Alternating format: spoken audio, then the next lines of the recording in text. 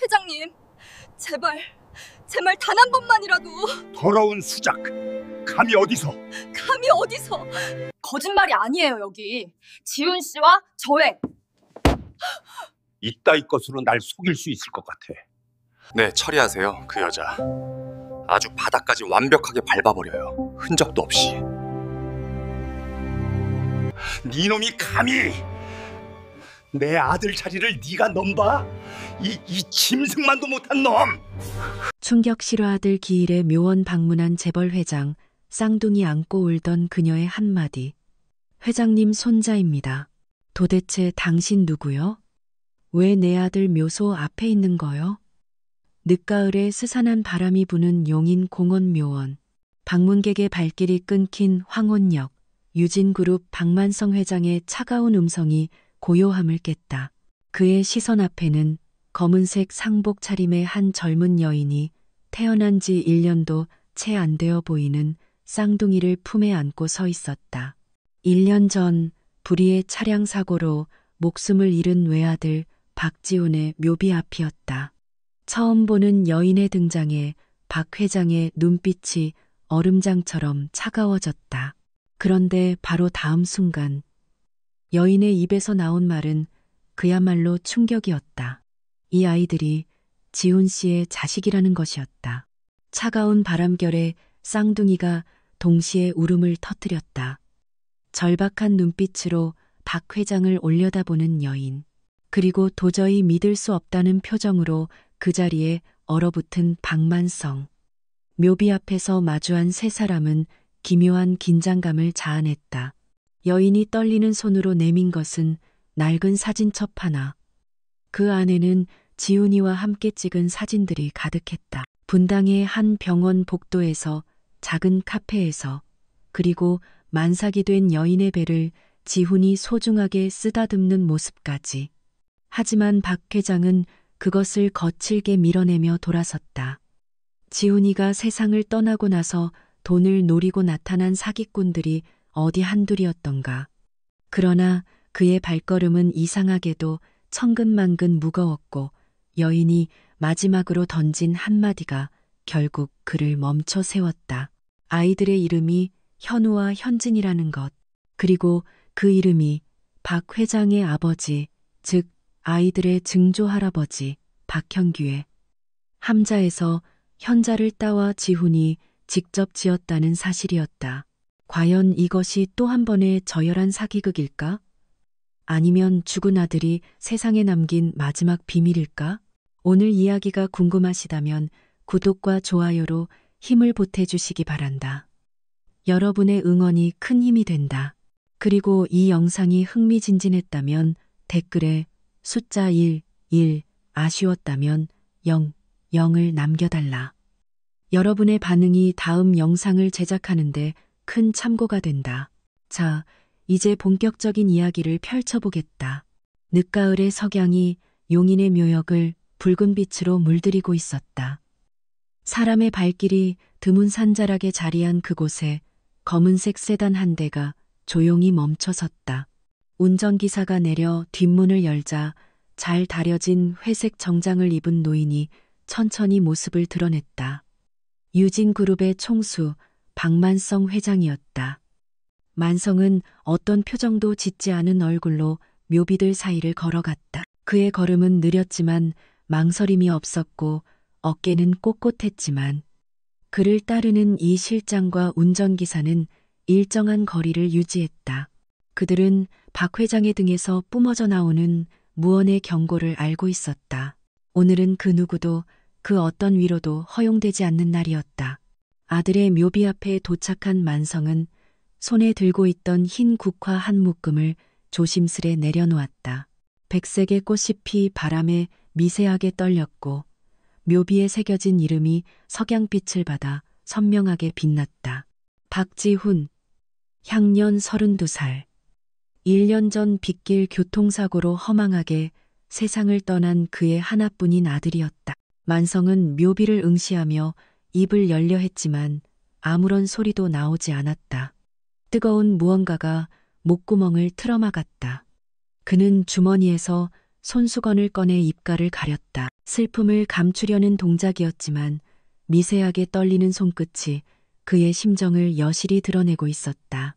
이 아비는 아직 너를 용서하지 못했다. 만성은 마음속으로만 되뇌었다. 그것이 아들에게 하는 말인지 혹은 자기 자신에게 하는 다짐인지 분간이 되지 않았다. 1년 전 그날이 떠올랐다. 회장실에서 벌어졌던 마지막 언쟁이었다.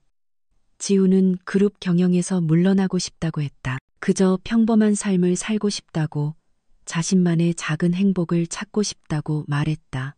만성은 경로했다. 네가 유진그룹의 유일한 후계자라는 사실을 잊었느냐? 아버지는 저를 아들이 아니라 그저 회사의 부속품으로만 생각하시는군요. 그런 나약한 소리를 들으려고 널 이 자리까지 앉힌 게 아니다. 그럼 절 왜 키우셨습니까? 사랑하지도 않으시면서. 그것이 마지막이었다. 지우는 회장실을 박차고 나갔고 다시는 돌아오지 않았다.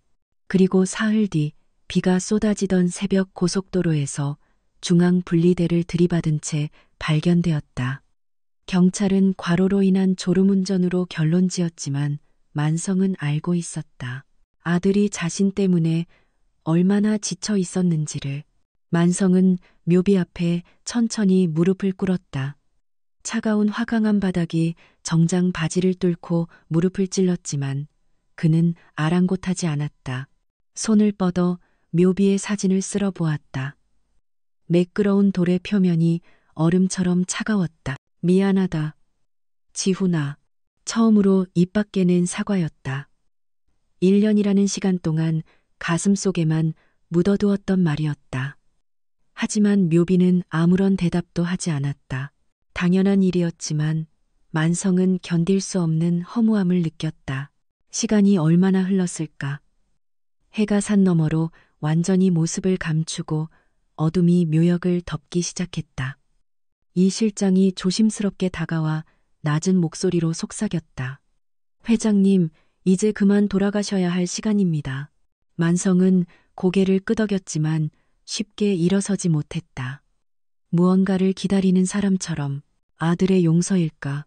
아니면 그저 화해의 손길일까? 그것도 아니라면 단지 아들의 목소리를 한 번만이라도 더 듣고 싶은 간절함일까? 바람이 불어왔다. 차가운 가을 바람이 국화꽃잎 몇 개를 공중으로 흩날렸다. 꽃잎들은 허공에서 잠시 맴돌다가 만성의 어깨 위에 조용히 내려앉았다. 마치 아들이 내미는 용서의 손길처럼 느껴졌다. 만성은 천천히 몸을 일으켰다.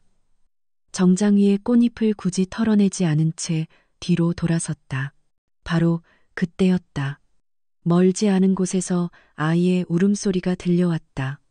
애절하고 서글픈 어린아이의 울음소리였다. 만성은 걸음을 멈추고 소리가 나는 방향을 바라보았다. 묘역 한쪽 구석 희미한 가로등 불빛이 비치는 아래에 검은 상복 차림의 젊은 여인이 서 있었다. 그녀의 품에는 갓난아기 2명이 안겨 있었다. 쌍둥이인 듯했다. 여인은 아이들을 달래며 함께 흐느끼고 있었다. 만성은 잠시 망설였다. 타인의 일에 관여하고 싶지 않았지만 이토록 늦은 시간에 어린아이들을 데리고 묘지에 와 있는 것이 상식적으로 보이지 않았다. 그는 이 실장에게 눈짓을 보냈다. 저 여인이 누군지 알아보게. 이 실장이 다가가려던 찰나 여인이 먼저 만성을 알아보았다. 그녀는 눈을 동그랗게 뜨고 잠시 주저하더니 이쪽으로 다가왔다. 가까이 다가오자 그녀의 얼굴이 가로등 불빛에 드러났다. 25 남짓되어 보이는 수척한 얼굴. 눈가는 오래 운 듯 붉게 부어 있었다. 혹시 박만성 회장님이 맞으신가요? 여인의 목소리는 불안하게 떨리고 있었다. 만성은 미간을 찌푸렸다. 자신을 알아보는 사람은 많았지만 이런 장소에서 이런 모습으로 마주칠 줄은 몰랐다. 그렇소만, 뉘신지? 저는 최은솔이라고 합니다. 지훈 씨, 여인은 끝내 말을 잇지 못했다. 만성의 표정이 순간적으로 얼어붙었다. 지훈의 이름이 나오자 날카로운 경계심이 발동했다.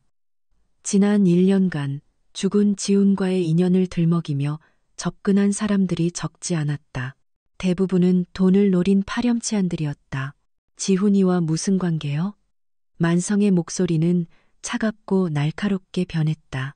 은솔은 그 위압감에 움츠러들었지만 품에 안긴 아이들을 더욱 단단히 껴안으며 용기를 냈다. 이 아이들은 회장님의 손자, 손녀입니다. 순간 시간이 멈춘 듯 정적이 흘렀다. 묘지의 스산한 바람 소리만이 그들 사이를 맴돌았다. 만성의 얼굴에 분노가 스쳐 지나갔다. 또 이런 수작이군. 그는 속으로 중얼거렸다. 증거가 있어? 지훈 씨가 남긴 것들이 있어요. 사진도 있고 편지도.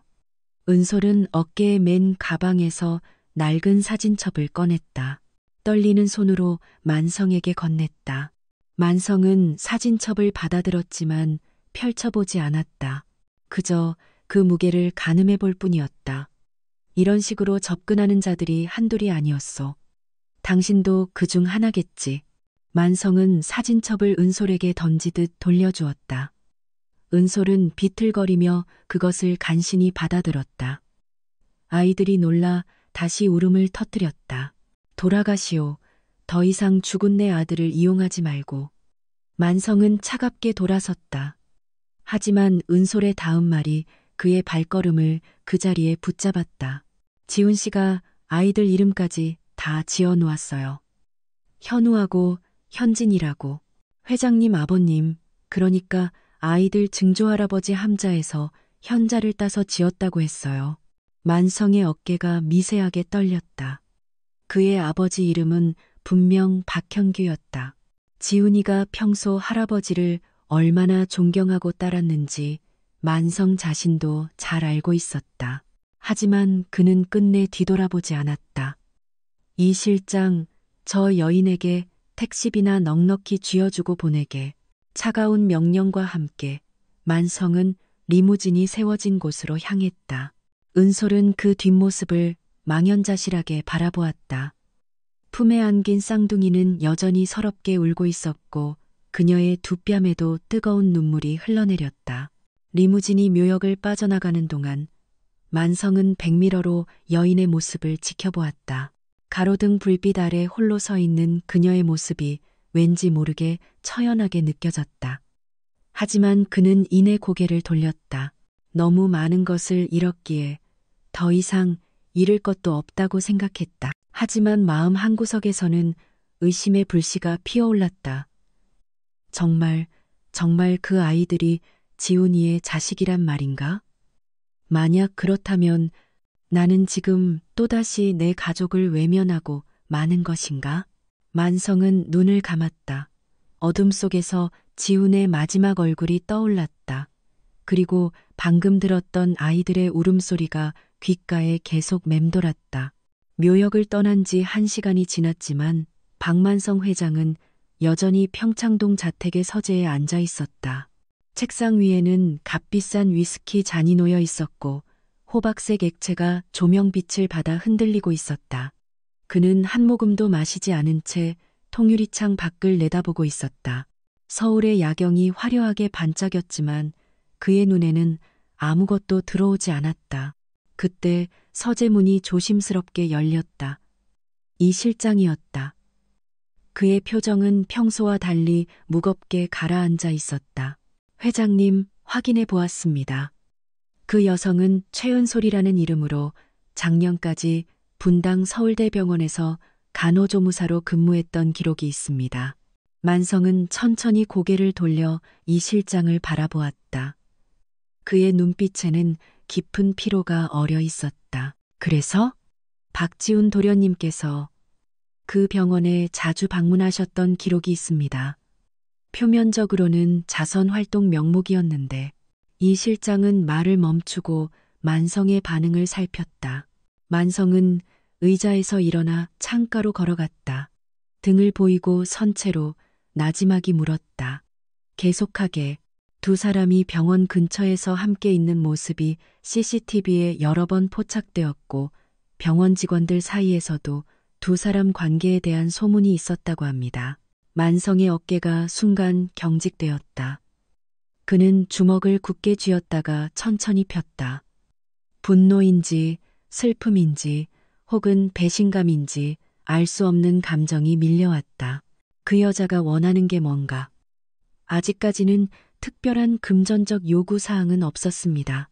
다만 오늘 묘역에서 회장님께 드리려 했던 사진첩을 다시 한번 전달하고 싶다고 연락이 왔습니다. 만성은 돌아서서 이 실장을 똑바로 쳐다보았다.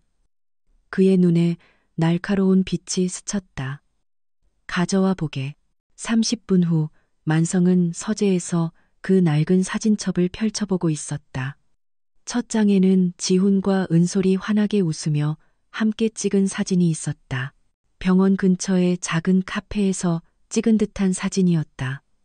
지훈의 얼굴에는 만성이 단 한 번도 본 적 없는 그런 편안하고 행복한 미소가 어려 있었다. 다음 장을 넘기자 임신한 은솔의 사진이 나왔다. 배가 눈에 띄게 부른 그녀의 옆에서 지훈이 무릎을 꿇고 그녀의 배에 귀를 대고 있는 모습이었다. 사진 아래에는 지훈의 필체로 이렇게 적혀 있었다. 우리 현우, 현진아, 아빠가 기다리고 있어. 만성의 손이 격렬하게 떨리기 시작했다. 그는 사진첩을 억지로 덮으려 했지만 마지막 장에 끼워져 있던 편지 한 장이 눈에 들어왔다. 분명 지훈의 필체로 쓰인 편지였다. 은솔이에게. 오늘 아버지께 당신과 아이들 이야기를 하려고 했는데 용기가 나지 않았어. 아버지는 내가 생각하는 것보다 훨씬 더 외로운 분이야. 어머니가 돌아가신 후로 줄곧 그러셨지. 하지만 언젠가는 분명 이해해 주실 거야. 우리 아이들이 할아버지의 얼어붙은 마음을 녹여드릴 거야.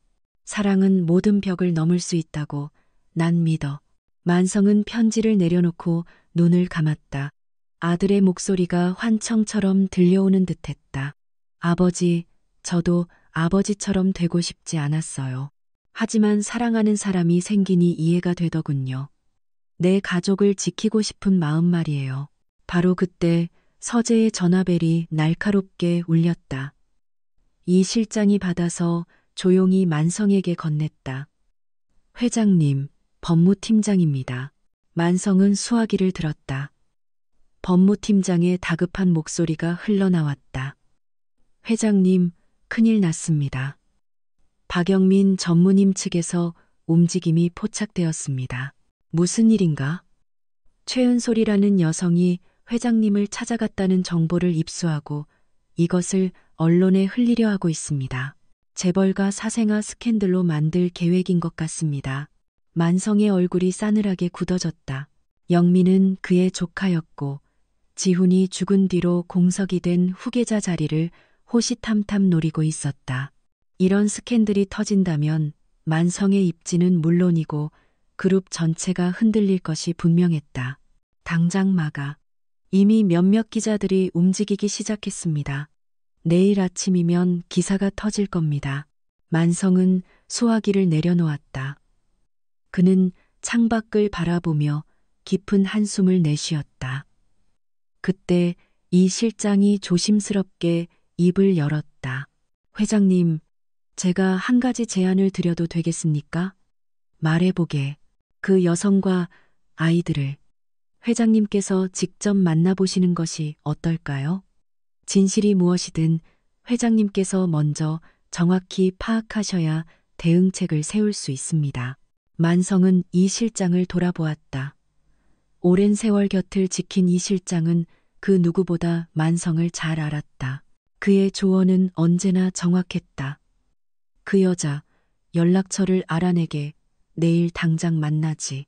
다음 날 오전 10시 만성은 시내의 한 호텔 스위트룸에서 은솔을 기다리고 있었다. 창밖으로는 가을비가 추적추적 내리고 있었다.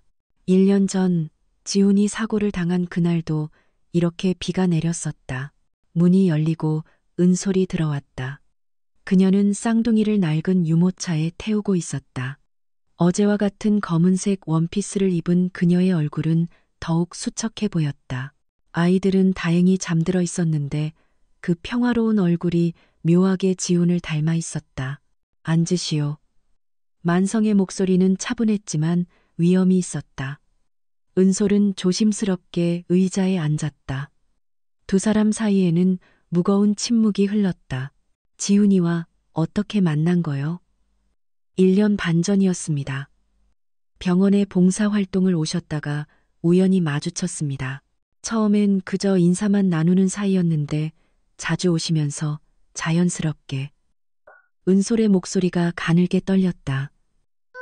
지난 추억을 떠올리는 것만으로도 가슴이 아픈 듯했다. 지훈이는 왜 나에게 한마디도 하지 않았을까? 만성의 독백과도 같은 질문에 은솔이 대답했다. 회장님께서 반대하실 거라고 생각했어요. 저는 내세울 것 없는 평범한 집안이니까요. 그래서 숨긴 건가? 아닙니다. 때를 기다린 거였어요. 지훈 씨는 회장님을 설득할 방법을 계속 찾고 있었어요. 회장님도 언젠가는 저희를 받아들여 주실 거라고 굳게 믿었어요. 만성은 유모차 속의 아이들을 가만히 내려다보았다. 자세히 보니 한 아이의 코는 지훈을 닮았고 다른 아이의 인매는 만성 자신을 닮아 있었다. 가슴 한구석이 묘하게 저려왔다. 유전자 검사를 하겠소. 네, 준비되어 있습니다. 은솔은 가방에서 병원 서류 봉투를 꺼냈다.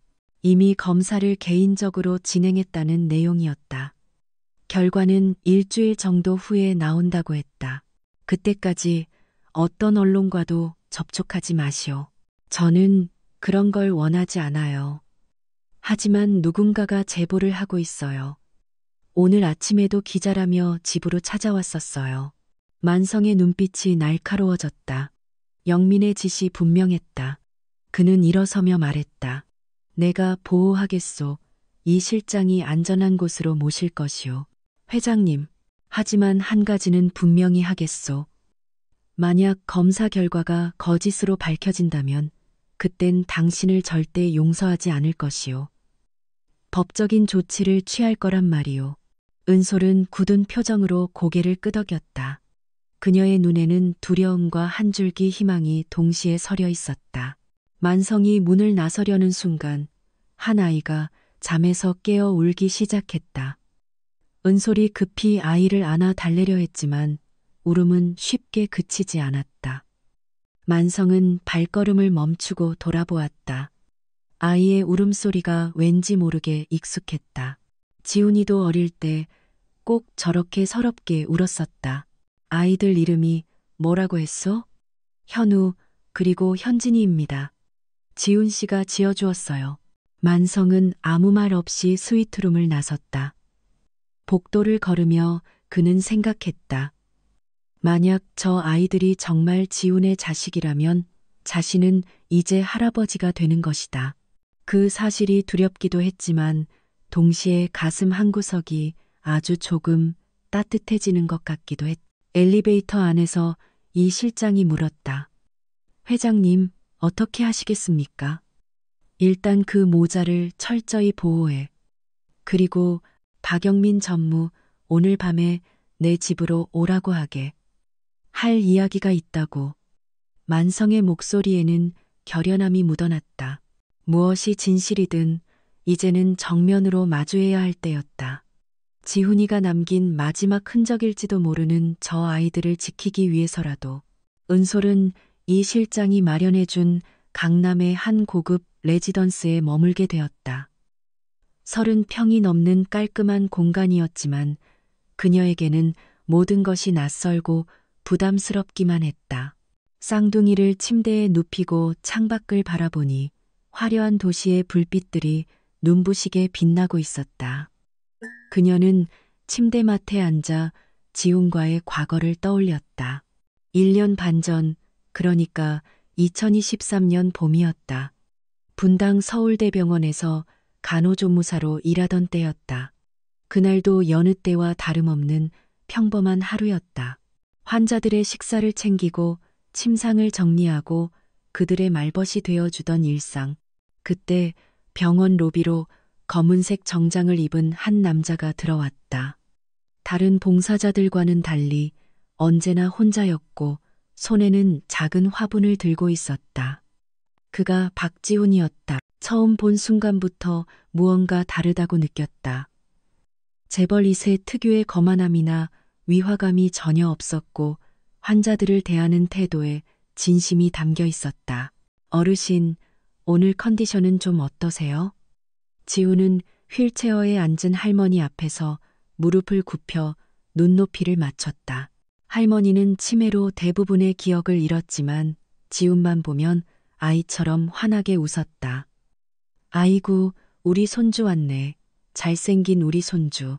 네, 할머니, 저 왔어요. 오늘도. 은솔은 그 모습을 멀리서 지켜보며 조용히 미소 지었다. 대부분의 봉사자들은 의무적으로 시간을 채우기 위해 왔다가 사진만 찍고 갔지만 지훈은 달랐다. 그는 진심으로 환자들을 아꼈다. 어느 날 은솔이 의료용품 창고에서 무거운 박스를 옮기다가 발을 헛디뎌 넘어질 뻔했다. 그때 지훈이 달려와 박스를 받쳐주었다. 괜찮으세요? 조심하셔야죠. 아, 네, 감사합니다. 그것이 두 사람의 첫 대화였다.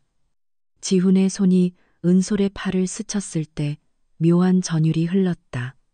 서로의 눈이 마주쳤고 잠시 시간이 멈춘 것 같았다. 그 후로 지훈은 일주일에 2~3번씩 꼬박꼬박 병원을 찾았다. 표면적으로는 봉사활동이었지만 사실은 은솔을 보기 위해서라는 걸 두 사람 모두 알고 있었다.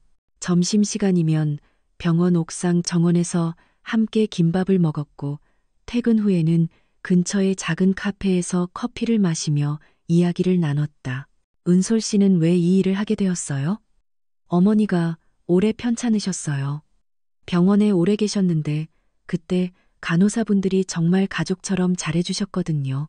저도 누군가에게 그런 고마운 사람이 되고 싶었어요. 지훈은 은솔의 손을 가만히 잡았다. 따뜻한 온기가 전해졌다. 은솔 씨는 이미 그런 사람이에요. 제가 본 사람들 중에서 가장 마음이 따뜻한 사람이에요. 사랑은 그렇게 예고 없이 시작되었다.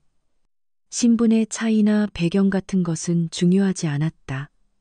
하지만 현실의 벽은 높았다. 지훈은 유진그룹의 유일한 후계자였고 은솔은 그저 평범한 서민이었다. 두 사람은 관계를 비밀로 할 수밖에 없었다. 6개월 정도 지났을까 어느 날 은솔은 임신 사실을 알게 되었다. 더 놀라운 것은 쌍둥이라는 사실이었다. 병원 화장실에서 임신 테스트기를 붙들고 한참을 울었다. 기쁨과 두려움이 동시에 밀려왔다. 지훈에게 사실을 말했을 때 그는 은솔을 그 어느 때보다 강하게 안아주었다. 걱정하지 마, 은솔 씨. 내가 다 책임질게. 아버지께도 곧 말씀드릴 거야. 하지만 지훈은 망설였다. 박만성 회장과의 관계가 이미 최악으로 치달았기 때문이었다. 경영에서 손을 떼겠다는 말로 아버지와 크게 다툰 직후였다. 조금만 기다려줘. 아버지와 관계가 회복되고 나면 그때 당신과 아이들 이야기를 꼭 할게. 은솔은 불안했지만 그를 믿었다. 그는 아이들의 태명도 지었다. 하늘이와 바다라고. 초음파 사진을 보며 아이처럼 행복해하던 그의 모습이 아직도 눈에 선했다. 그러나 운명은 잔인했다. 2024년 3월 15일 새벽. 지훈은 빗길 고속도로에서 교통사고로 세상을 떠났다. 은솔은 그 소식을 뉴스로 접했다. 병원 휴게실 텔레비전에서 흘러나오는 속보를 보고 그 자리에 무너져 내렸다. 유진그룹 후계자 박지훈 씨가 오늘 새벽 고속도로에서 차량 단독사고로 사망했습니다. 은솔은 비명을 지르며 쓰러졌다. 동료들이 달려왔지만 그녀는 이미 정신을 잃은 후였다. 깨어났을 때는 병원 응급실이었고 의사가 걱정스러운 표정으로 말했다. 충격으로 조산 위험이 있습니다. 지금부터는 절대 안정을 취하셔야 해요. 그 후 넋 다른 지옥과도 같았다. 지훈의 장례식에도 갈 수 없었다. 그저 멀리서 뉴스로만 지켜봐야 했다. 배는 매일같이 불러왔고 혼자서 모든 슬픔과 고통을 감당해야 했다. 2024년 7월 쌍둥이가 세상에 태어났다. 현우와 현진이. 지훈이 그토록 불러보고 싶어 했던 이름이었다. 아이들을 보며 은솔은 울고 또 울었다. 지훈을 꼭 닮은 아이들의 얼굴이 너무나도 그리웠다. 병원비와 생활비는 지훈이 몰래 남겨준 통장으로 해결했다. 하지만 그것도 오래가지 못했다. 6개월이 지나자 돈은 바닥을 드러냈고 은솔은 다시 일을 해야만 했다. 하지만 갓난 쌍둥이를 키우며 일을 구하기란 불가능에 가까웠다. 그래서 결심했다. 박만성 회장을 찾아가기로. 지훈이 남긴 편지와 사진들, 그리고 아이들의 출생 증명서를 들고 묘역으로 향했다. 그날이 지훈의 첫 번째 기일이었으니까. 현재로 돌아온 은솔은 깊은 한숨을 내쉬었다. 호텔 침대에서 평화롭게 자고 있는 쌍둥이를 바라보며 속삭였다.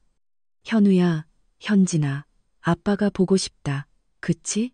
그때 휴대폰이 울렸다. 모르는 번호였다. 망설이다 전화를 받자 낯선 남자의 목소리가 들려왔다. 최은솔 씨 되시죠? 저는 유진그룹 전무 박영민입니다. 은솔의 얼굴이 굳어졌다. 영민. 지훈의 사촌이자 후계자 자리를 노리는 사람이라는 것을 지훈에게 들어서 알고 있었다. 무슨 일이시죠? 만나서 이야기하고 싶은데요. 최은솔 씨와 그 아이들에게 아주 도움이 될 만한 제안이 있습니다. 은솔은 본능적인 불안감을 느꼈다. 영민의 목소리에는 차가운 계산이 깔려 있었다. 내일 오전 10시 제 사무실로 오시죠. 주소는 문자로 보내드리겠습니다. 전화가 일방적으로 끊어졌다. 은솔은 떨리는 손으로 휴대폰을 내려놓았다. 무언가 불길한 덫에 걸려드는 기분이었다. 하지만 아이들을 위해서라면 무엇이든 해야 했다. 창밖에는 어느새 비가 다시 내리기 시작했다. 빗방울이 유리창을 세차게 두드리는 소리가 그녀의 불안감을 더욱 키웠다. 은솔은 아이들을 꼭 껴안았다. 아이들의 따뜻한 체온이 전해졌지만 마음은 여전히 차가웠다. 그녀는 지훈이 남긴 유품 중에서 작은 USB 하나를 꺼냈다. 그것을 노트북에 연결했다. 그 안에는 지훈이 쓴 일기 파일과 사진들이 저장되어 있었다. 그 중에서 유독 눈에 띄는 문장이 있었다. 박영민 전무가 무언가를 꾸미고 있다. 아버지의 회사를 통째로 삼키려는 것 같다. 증거를 모으고는 있지만 시간이 부족하다. 은솔이와 우리 아이들을 지켜야 하는데. 은솔은 심장이 내려앉는 것 같았다. 지훈이 무언가를 알고 있었던 것이다. 파일을 더 자세히 살펴보니 영민과 관련된 의심스러운 문서 파일들이 나타났다. 비자금 조성, 분식회계 같은 무서운 단어들이 보였다. 이것이 지훈이 남긴 마지막 카드일까? 은솔은 USB를 다시 가방 깊숙이 넣었다. 내일 박영민을 만나면 무슨 일이 벌어질지 알 수 없었지만 이제 그녀의 손에도 작은 무기가 생긴 셈이었다. 현우가 잠결에 잠꼬대를 했다. 엄마. 그 작은 목소리에 은솔의 가슴이 뭉클해졌다. 그녀는 아이의 이마를 쓰다듬으며 다짐했다. 무슨 일이 있어도 내 아이들은 내가 지킬 것이라고. 다음 날 아침 9시 은솔은 쌍둥이를 레지던스의 임시 타가소에 맡기고 영민의 사무실로 향했다. 유진그룹 별관 건물 15층에 위치한 전무실은 차갑고 위압적인 분위기를 풍겼다. 회색 대리석 바닥과 검은색 가죽 소파, 그리고 통유리창 너머로 보이는 서울의 전경이 은솔을 압도했다. 박영민은 거대한 책상 뒤에 앉아 있었다. 38살의 그는 날카로운 눈매와 차가운 인상을 가진 남자였다. 지훈과는 전혀 다른 분위기였다. 그는 은솔을 위아래로 훑어보며 비웃는 듯한 미소를 지었다. 앉으시죠. 차라도 한잔 하시겠습니까? 아니요, 괜찮습니다. 은솔은 경직된 자세로 의자 끝에 걸터 앉았다. 영민은 서류 뭉치 하나를 꺼내 책상 위에 탁 소리 나게 올려놓았다. 그의 손가락이 서류를 까딱까딱 두드리는 소리가 정적을 깨뜨렸다. 단도직입적으로 말하죠. 당신이 주장하는 그 아이들이 박지훈의 자식이라는 증거가 있습니까? 유전자 검사를 진행 중입니다. 결과는 며칠 후에. 그런 건 얼마든지 조작할 수 있습니다. 영민이 말을 잘랐다. 그의 입꼬리가 비스듬히 올라갔다. 제가 조사해 본 바로는 당신은 지훈이 형과 같은 병원에서 일했을 뿐이죠. 두 사람이 연인 관계였다는 확실한 증거는 어디에도 없더군요. 은솔의 얼굴이 붉어졌다. 분노가 치밀어 올랐지만 꾹 참았다. 저희 관계를 아는 사람들이, 병원 동료들도 돈 몇 푼 쥐어주면 얼마든지 거짓 증언을 해줄 사람들 말입니까? 영민은 서랍에서 태블릿 PC를 꺼내 은솔 앞에 밀었다. 화면에는 인터넷 기사 하나가 떠 있었다. 단독 재벌가 노린 꽃뱀 사기 의혹. 여성의 과거 전력 드러나 충격적인 제목이었다. 기사에는 은솔의 사진 모자이크 처리됨과 함께 온갖 악의적인 내용이 적혀 있었다. 돈을 노리고 의도적으로 재벌가에 접근했다는 추측성 내용이었다. 이게 뭔가요? 이건 전부 거짓말이에요. 언론은 그렇게 본다는 겁니다. 내일 아침이면 모자이크가 벗겨진 기사가 더 많이 나갈 겁니다. 영민은 자리에서 일어나 창가로 걸어갔다. 그의 뒷모습이 거대한 그림자를 만들었다. 하지만 내가 막아줄 수도 있어요. 당신이 현명한 선택을 한다면 말이죠. 그는 돌아서며 또 다른 서류를 내밀었다. 합의서라고 적혀 있었다. 은솔은 떨리는 손으로 서류를 받아 읽기 시작했다. 일금 10억 원, 0원을 지급한다. 대신 아이들과 유진그룹은 아무런 관련이 없음을 인정하고 향후 어떠한 법적, 도의적 주장도 제기하지 않는다. 은솔의 눈에서 뜨거운 눈물이 왈칵 쏟아졌다. 그녀는 서류를 내려놓고 고개를 들었다. 아이들은 지훈 씨의 자식이 맞아요. 저는 돈 때문에 온 게 아니에요. 아이들의 정체성을 찾아주고 싶어서 온 거예요. 정체성? 사생아라는 꼬리표를 달고 사는 게 그 아이들한테 과연 좋을까요? 영민의 말이 비수처럼 날아와 밝혔다. 그는 은솔 앞에 서서 팔짱을 꼈다. 잘 생각해봐요. 지금 여기서 서명하면 당신과 아이들은 평범하게 잘 살 수 있어요. 그 돈이면 좋은 학교 보내고 좋은 환경에서 부족함 없이 키울 수 있죠. 하지만 계속 고집을 부리면 어떻게 될까요? 당신은 꽃뱀이 되고 아이들은 평생 사생아라는 손가락질을 받으며 살아야 해요. 은솔은 입술을 세게 깨물었다. 피맛이 느껴질 정도였지만 고통은 느껴지지 않았다. 마음이 더 아팠으니까. 바로 그때 은솔의 휴대폰이 울렸다. 레지던스 타가소에서 온 전화였다. 여보세요? 네, 현진이가. 열이 심하다고요? 은솔은 자리에서 벌떡 일어났다. 영민을 쳐다보며 다급하게 말했다.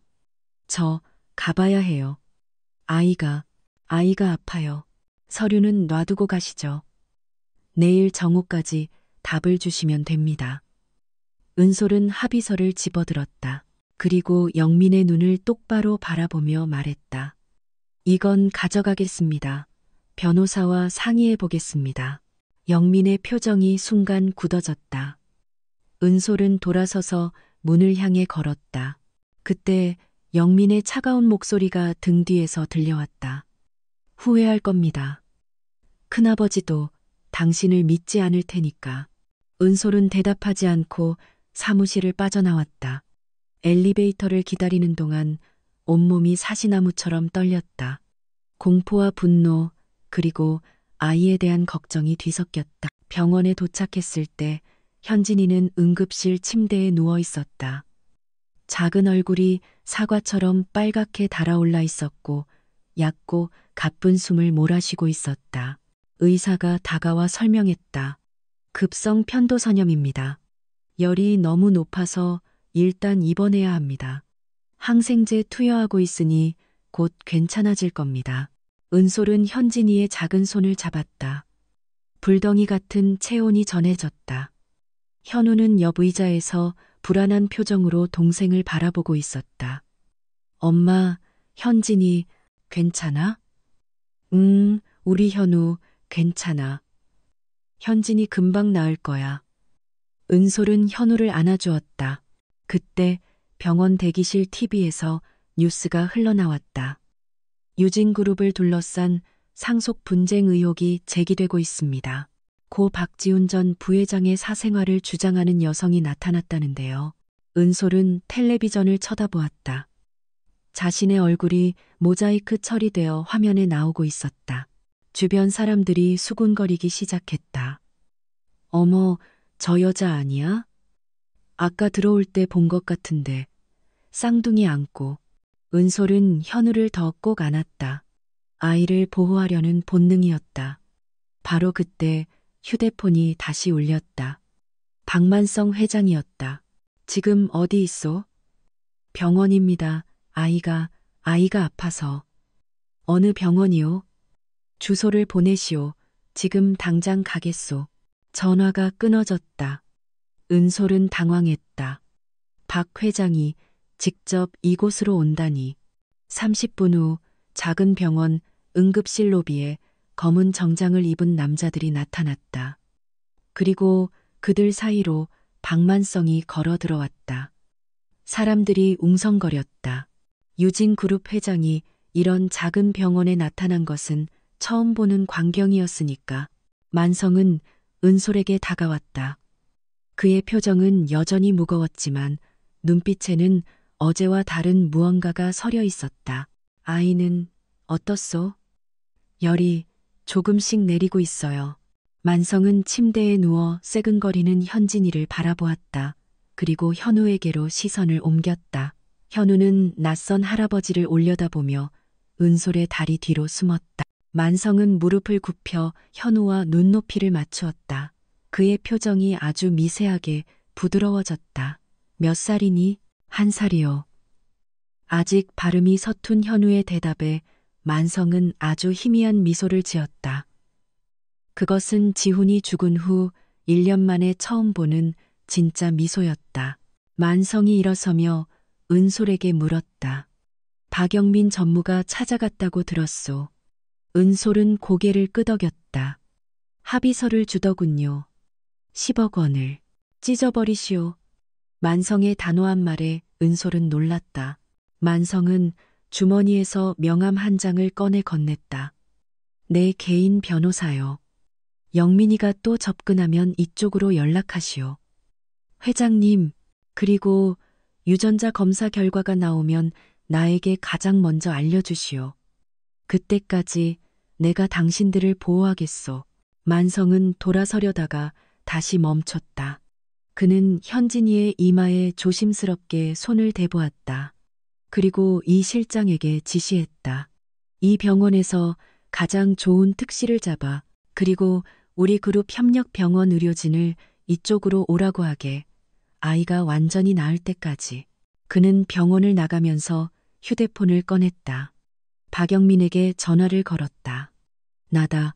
오늘 밤 8시 내 집으로 와라. 차가운 목소리였다.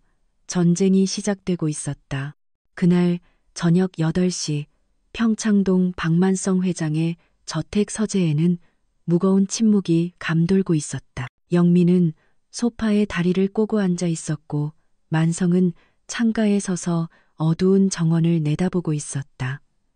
서재의 낡은 벽시계가 똑딱거리는 소리만이 정적을 깨뜨렸다. 큰아버지, 무슨 일로 부르셨습니까? 영민이 먼저 입을 열었다. 그의 목소리에는 일말의 긴장감이 묻어 있었다. 만성은 천천히 돌아서며 조카를 바라보았다. 그의 날카로운 시선이 영민을 꿰뚫는 듯했다. 최은솔 씨를 만났다고 들었다. 네, 회사를 위해서였습니다. 스캔들이 더 커지는 것을 막으려고 했습니다. 거짓말하지 마라. 만성의 목소리가 낮게 울렸다. 영민의 얼굴이 순간 굳어졌다. 만성은 책상 서랍에서 서류 뭉치를 꺼내 영민 앞 테이블에 던졌다. 네가 언론사에 흘린 기사들이다. 최은솔 씨를 꽃뱀으로 몰아가는 내용들 말이야. 영민은 서류를 힐끗 보고는 어깨를 으쓱했다. 증거가 있으십니까? 단순한 추측일 뿐입니다. 영민아, 네가 나를 바보로 아는 게냐? 만성이 책상을 손바닥으로 내리쳤다. 쿵하는 둔탁한 소리가 서재를 울렸다. 영민은 움찔했지만 애써 평정심을 유지하려 했다. 큰아버님은 너무 감정적이십니다. 그 여자가 사기꾼일 가능성도 있지 않습니까? 그건 내가 판단할 일이다. 만성은 영민에게 다가가 그의 바로 앞에 섰다. 압도적인 기운이 영민을 짓눌렀다. 앞으로 최은솔 씨와 그 아이들 근처에 얼씬도 하지 마라. 이것은 경고다. 영민이 자리에서 벌떡 일어났다. 그의 눈에 분노가 번뜩였다. 설마 그들을 믿으신다는 겁니까? 지훈이 형이 죽고 나서야 나타난 그 여자를요? 그래, 믿는다. 만성의 대답은 단호했다. 영민은 믿을 수 없다는 표정으로 고개를 저었다. 제정신이 아니시군요. 회사는 어떻게 하실 겁니까? 이사회가 주주들이 가만히 있지 않을 겁니다. 그건 내 문제다. 두 사람이 팽팽하게 대치하고 있을 때 서재문이 열리고 이 실장이 들어왔다. 그의 손에는 서류 봉투가 들려 있었다. 회장님, 급히 보고 드릴 것이 있습니다. 만성이 고개를 끄덕이자 이 실장이 영민을 한번 쳐다보고는 입을 열었다. 최은솔 씨가 보내온 자료입니다. 박지훈 도련님이 남긴 USB에 있던 내용이라고 합니다. 그 말에 영민의 얼굴이 눈에 띄게 창백해졌다. 만성은 봉투를 받아 내용물을 확인했다. 그의 표정이 점점 더 차갑게 식어갔다. 영민아, 이게 뭔지 설명해 보겠느냐? 서류에는 영민이 회사 자금을 횡령한 구체적인 흔적이 담겨 있었다. 유령 회사를 만들고 허위 계약서를 작성한 증거들이었다. 영민은 입술을 깨물었다. 이건 조작입니다. 지훈이 형이 왜 이런 걸? 지훈이가 네가 내 감시를 받고 있다는 걸 알았나 보구나. 만성의 말에 영민이 움찔했다. 만성은 말을 이었다. 지훈이 차에 몰래 추적기를 단 것도 너였지. 사고 당일 지훈이의 동선을 정확히 알고 있었던 것도. 무슨 말씀을 하시는지. 내가 고용한 사람에게서 전부 자백을 받았다. 영민은 저도 모르게 한 걸음 뒤로 물러섰다. 그의 이마에 식은땀이 맺혔다. 만성의 눈빛이 더욱 차가워졌다. 설마 사고까지 네가 계획한 건 아니겠지? 아닙니다. 그건 정말 우연이었습니다. 저는 단지 형의 약점을 잡으려고. 영민의 목소리가 공포로 떨렸다. 만성은 깊은 한숨을 내쉬며 고개를 돌렸다. 나가라. 그리고 내일부터 회사에 출근하지 마라. 큰아버지, 이사회에 너의 해임안을 정식으로 상정할 것이다. 영민은 주먹을 불끈 쥐었다. 그의 얼굴이 붉게 달아올랐다. 후회하실 겁니다. 그 정체불명의 여자와 아이들 때문에 모든 걸 잃게 되실 겁니다. 영민은 문을 거칠게 열고 나갔다. 만성은 의자에 주저앉듯 몸을 기댔다. 극심한 피로가 몰려왔다. 이 실장이 조심스럽게 다가왔다. 회장님, 괜찮으십니까? 지훈이는 왜 나에게 직접 말하지 않았을까? 영민이의 비리를 알고 있었다면? 만성의 목소리에 깊은 후회가 묻어났다. 이 실장이 위로하듯 말했다. 도련님은 회장님께 걱정을 끼쳐드리고 싶지 않으셨을 겁니다. 어떻게든 혼자 해결하려고 하셨겠죠. 그때 만성의 휴대폰이 울렸다. 최은솔이었다. 회장님, 현진이 열이 많이 내렸어요. 정말 감사합니다. 은솔의 목소리를 듣자 만성의 굳었던 표정이 조금 누그러졌다. 다행이군. 그런데 최은솔 씨, 한 가지만 물어보겠소. 네, 말씀하세요. 지훈이가 왜 박영민 전무의 비리를 조사했는지 혹시 아시오? 전화기 너머로 은솔의 작은 한숨소리가 들렸다. 지훈 씨는 회장님께 실망을 드리고 싶지 않다고 했어요. 아버지께 깨끗한 회사를 물려드리고 싶다고. 그래서 영민 씨의 비리를 어떻게든 막아보려고 했어요. 만성은 눈을 감았다. 가슴이 먹먹해졌다. 아들은 마지막 순간까지 아버지를 생각하고 있었던 것이다. 그리고 회장님, 하나 더 있어요. 뭡니까? 지훈 씨가 남긴 영상이 있어요. USB 아주 깊숙한 폴더에 숨겨져 있었는데 방금 발견했어요. 만성의 심장이 빠르게 뛰기 시작했다. 지금 보내드릴게요. 몇 분 후 만성은 노트북 화면을 응시하고 있었다. 영상 속 지훈은 생전보다 더 수척해 보였지만 눈빛만은 맑았다. 아버지, 이 영상을 보고 계신다면 저는 이미 이 세상에 없겠죠. 드리고 싶은 말씀이 너무 많았는데 직접 전하지 못해 죄송합니다. 은솔이와 우리 아이들을 부디 부탁드립니다. 그들은 제 전부였습니다. 아버지께서도 그들을 통해 다시 행복을 찾으셨으면 좋겠습니다. 사랑합니다, 아버지. 영상이 끝났다. 만성의 눈에서 굵은 눈물이 흘러내렸다. 이 실장도 고개를 돌려 조용히 눈물을 닦았다. 만성은 천천히 일어나 창가로 걸어갔다. 밤하늘에 별이 유난히 밝게 빛나고 있었다. 그는 속으로 다짐했다. 지훈이가 남긴 마지막 부탁을 무슨 일이 있어도 지키겠다고. 한편 병실로 돌아온 은솔은 잠든 아이들을 바라보며 생각에 잠겼다. 박만성 회장이 정말 자신들을 받아들여 줄까? 그리고 박영민 전무가 이대로 순순히 물러날까? 모든 것이 불안했지만 지훈을 믿기로 했다. 그가 남긴 영상의 마지막 말처럼 사랑은 모든 것을 이길 수 있다고. 다음 날 아침 은솔은 병원 원무과에서 전화를 받았다. 의뢰했던 유전자 검사 결과가 예정보다 빨리 나왔다는 것이었다.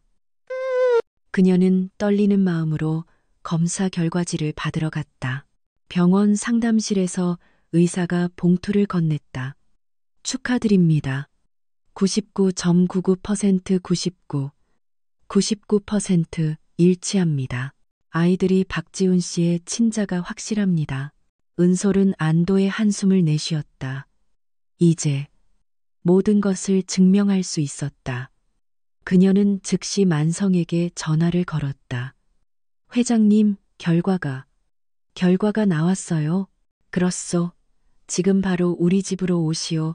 할 이야기가 있어. 만성의 목소리에는 어떤 결연함이 묻어 있었다. 무언가 큰 결정을 내린 듯했다. 은솔은 아이들을 데리고 평창동 회장 자택으로 향했다. 새로운 시작이 될 것 같은 예감이 들었다.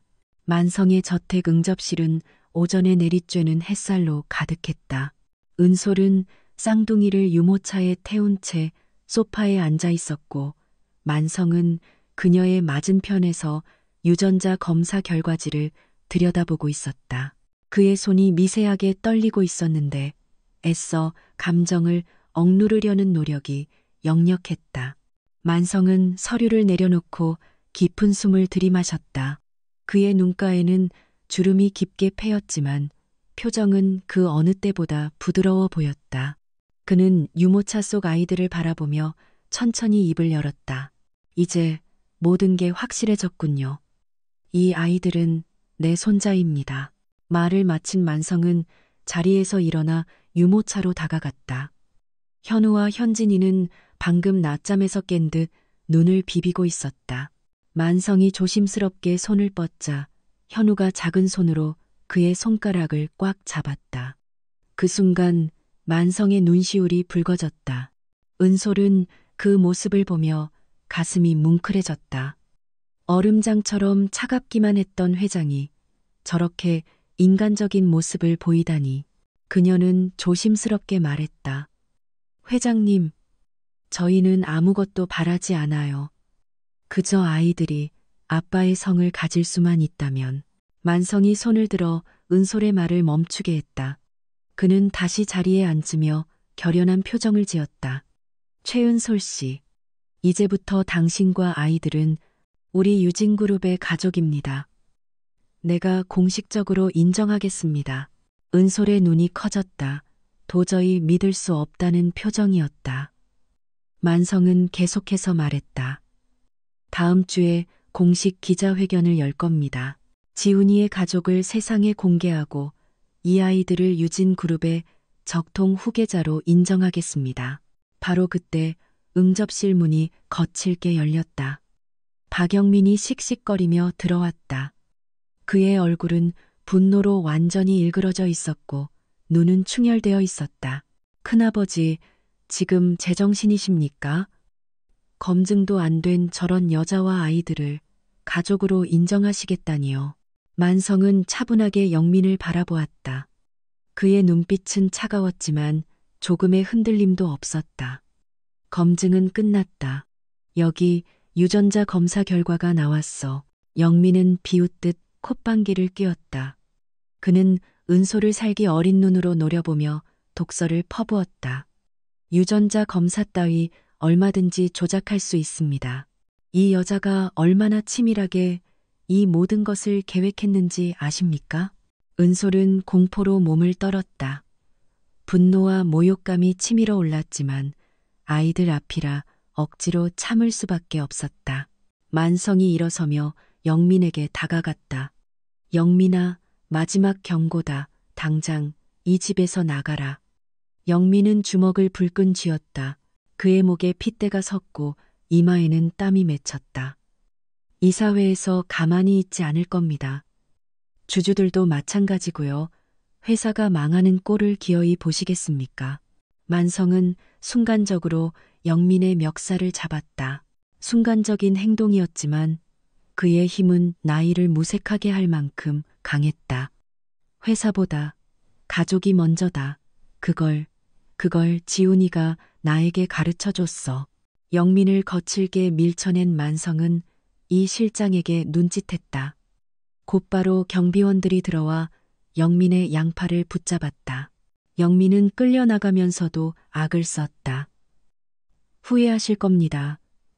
반드시 후회하게 만들어드리죠. 모든 걸 잃게 될 겁니다. 문이 닫히고 응접실에는 다시 정적이 흘렀다. 현진이가 갑작스러운 소란에 놀라 울음을 터뜨렸다. 은솔이 아이를 안아 달래는 동안 만성은 창가에 서서 정원을 바라보았다. 이 실장이 조용히 다가와 보고했다. 회장님, 언론 대응팀 준비를 시작하겠습니다. 그런데 한 가지 우려되는 점이 있습니다. 뭔가 박영민 전무가 이미 일부 이사들을 포섭한 것 같습니다. 임시 이사회 소집을 요구할 가능성이 매우 높습니다. 만성은 고개를 끄덕였다. 이미 예상했던 일이었다. 그는 은솔을 돌아보며 말했다. 최은솔 씨, 오늘부터 이 집에서 지내시오. 아이들과 함께. 은솔은 당황했다. 너무나 갑작스러운 제안이었기 때문이다. 하지만 저희가 여기에 있으면 회장님께 더 큰 부담이 아니라 가족이라고 했소. 지훈이 방을 정리해 두었으니 그 방을 쓰시오. 만성의 말에 은솔은 끝내 눈물을 흘렸다. 감사함과 미안함, 그리고 먼저 떠난 지훈에 대한 그리움이 뒤섞인 눈물이었다. 만성은 현우에게 다가가 아이의 머리를 쓰다듬었다. 이제 할아버지라고 불러도 된다. 현우가 고개를 갸우뚱거리며 만성을 올려다보았다.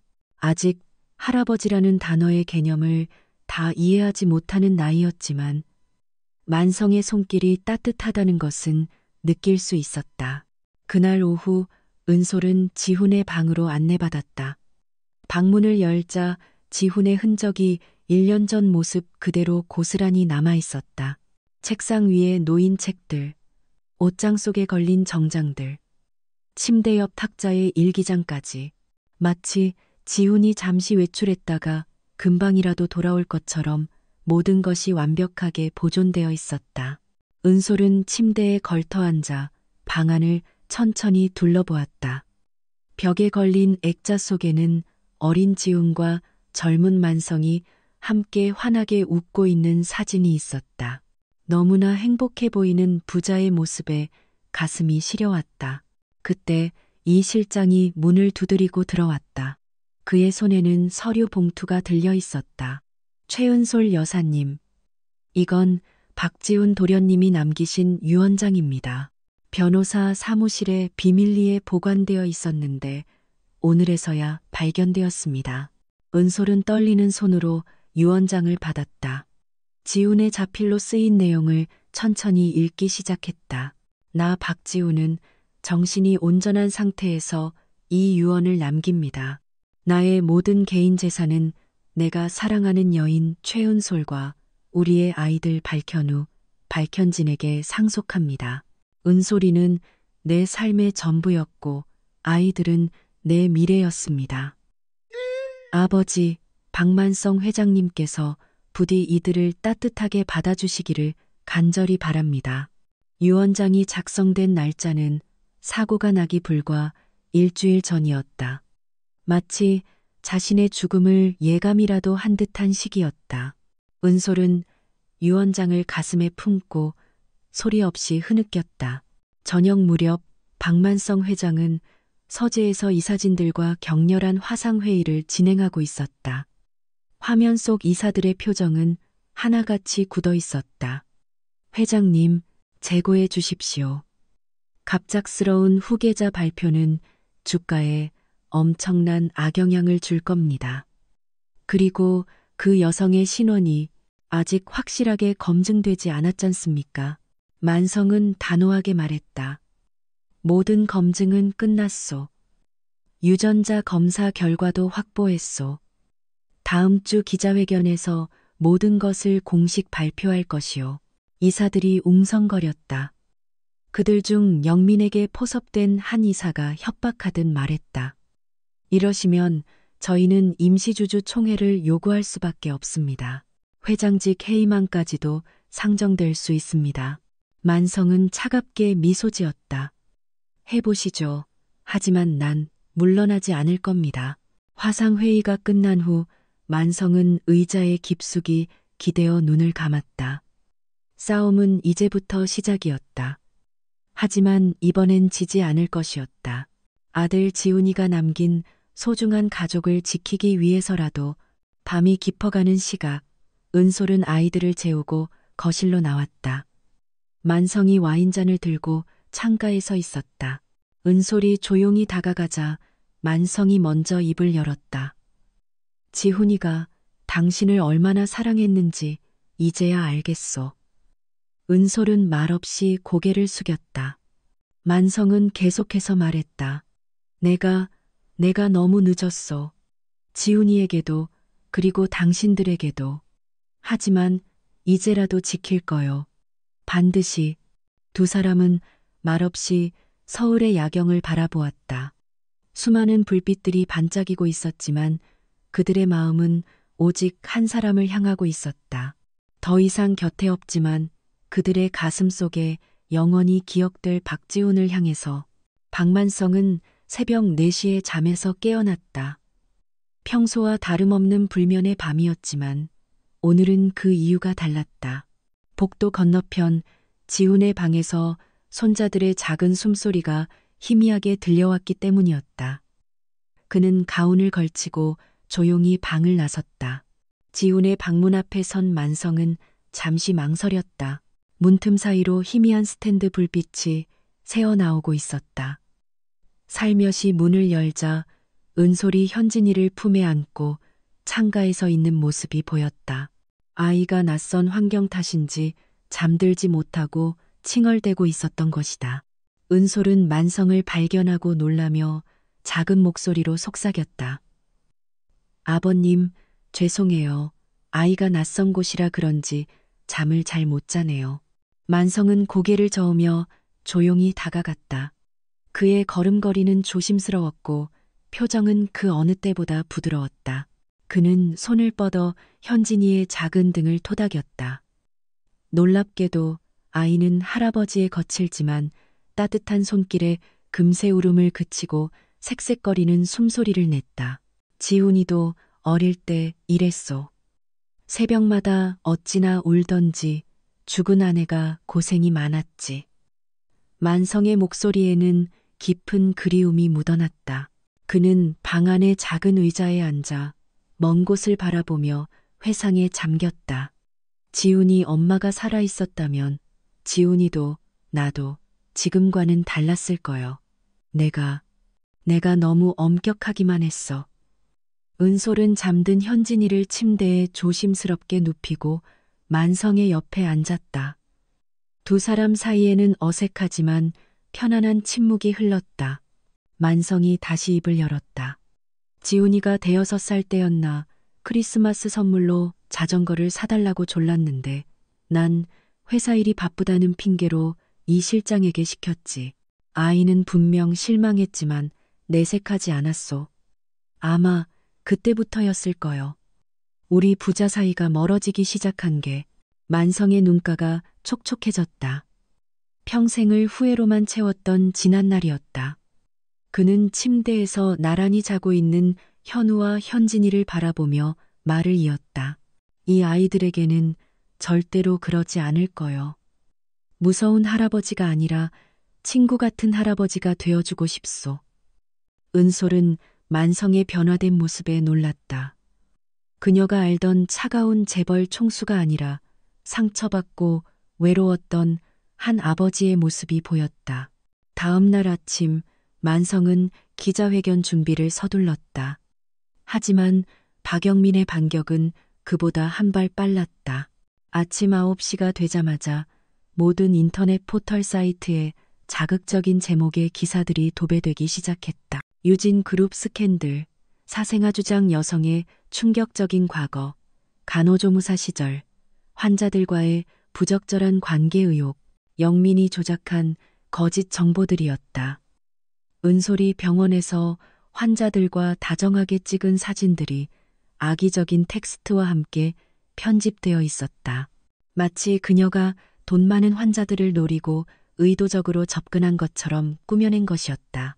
만성은 즉시 법무팀에 기사 삭제와 언론 중재위 제소를 지시했지만 한번 퍼지기 시작한 소문은 걷잡을 수 없었다. 회사의 주가는 개장과 동시에 폭락하기 시작했다. 이사회는 벌집을 쑤신 듯 시끄러워졌다. 회장님, 이게 다 무슨 일입니까? 당장 그 여자와 아이들을 내보내십시오. 영민은 이 기회를 놓치지 않았다. 그는 이사들을 선동해 긴급 이사회를 소집했다. 그리고 그 자리에서 국제공인기관의 재검사를 요구했다. 큰아버님의 검사 결과는 신뢰할 수 없습니다. 박영민 전무의 말에 따르면 검사기관이 매수되었을 가능성이 있다고 합니다. 영민 측 이사가 목소리를 높였다. 스위스 국제유전자 감정원에 정식으로 의뢰해야 합니다. 결과가 나올 때까지 그 여자와 아이들의 후계자 인정은 보류해야 합니다. 여론에 밀린 만성은 결국 재검사 요구를 받아들일 수밖에 없었다. 그것은 영민이 시간을 벌기 위한 함정이었지만 당장은 피할 방법이 없었다. 그날 밤 만성은 파리에서 급히 귀국한 친누나 박선희를 만났다. 패션 사업을 하는 선희는 만성과는 달리 자유분방했지만 그룹 내 숨겨진 실력자였다. 만성아, 네가 드디어 정신을 차렸구나. 지훈이한테는 미안하게 됐지만 이제라도 그 아이들을 지켜야지. 선희는 은솔의 손을 따뜻하게 잡아주었다. 내가 도울게. 박영민 그 녀석 내가 아주 어릴 때부터 알아봤어. 야심만 큰 싹수노란 놈이었지. 만성은 동시에 오랜 친구이자 전직 검사장이었던 홍 변호사에게도 연락을 취했다. 홍 변, 부탁이 있네. 지훈이 사고 단순한 졸음운전이 아닌 것 같아. 박영민의 행적을 다시 한번 조사해주게. 재검사를 위한 절차가 진행되는 동안 겉으로는 잠시 소강 상태에 접어든 듯했다. 만성은 은솔과 아이들을 외부의 시선으로부터 철저히 보호했다. 은솔은 지훈의 방에서 지내며 그의 유품들을 정리하기 시작했다. 그러던 중 지훈의 낡은 서류 가방 밑바닥에서 작은 벨벳 상자 하나를 발견했다. 떨리는 손으로 상자를 열자 그 안에는 소박하지만 아름다운 다이아몬드 반지 2개가 들어있었다. 약혼 반지였다. 상자 안쪽에는 지훈의 필체로 눌러쓴 메모가 있었다. 우리 아이들이 태어나면 정식으로 청혼하려 했다. 아버지께서도 언젠가는 이 반지를 낀 은솔이를 가족으로 받아주실 거라 믿는다. 은솔은 반지를 손에 쥐고 오열했다. 지훈이 자신을 얼마나 사랑했는지 그 마음이 고스란히 전해져 왔다.